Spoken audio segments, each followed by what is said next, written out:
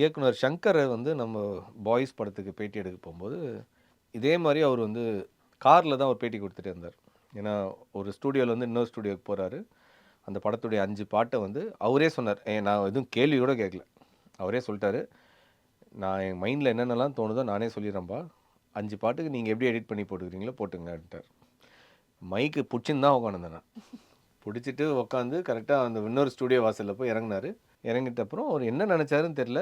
திடீர்னு என்ன கூப்பிட்டாரு. "அ உனக்கு நடிக்கிறதுல இன்ட்ரெஸ்ட் இருக்கா?" அப்படின்னு கேட்டாரு. சங்கர் சாரா? "சங்கர்." ஓ! "எனக்கு தெரியல சார்" அப்படின்னு. "தெரியலன்னு தான் சொன்னேன் நான். உன்ன நான் நடிகனா பார்ப்பேன்." அப்படின்னு தான் சொன்னாரு அவரு. கட் பண்ணா அந்நியன் படத்துக்கு வராரு அவரு. நான் தவமாய் தவம் படம் நடிச்சுட்டு அவர்கிட்ட சொல்றேன். ஆஹா!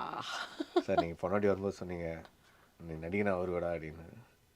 தவமாய் தவம் படத்துல நடிச்சிருக்கேன். நான் சொன்னேன் பாத்தியா? அப்படின்னு அவர் சொல்றாரு.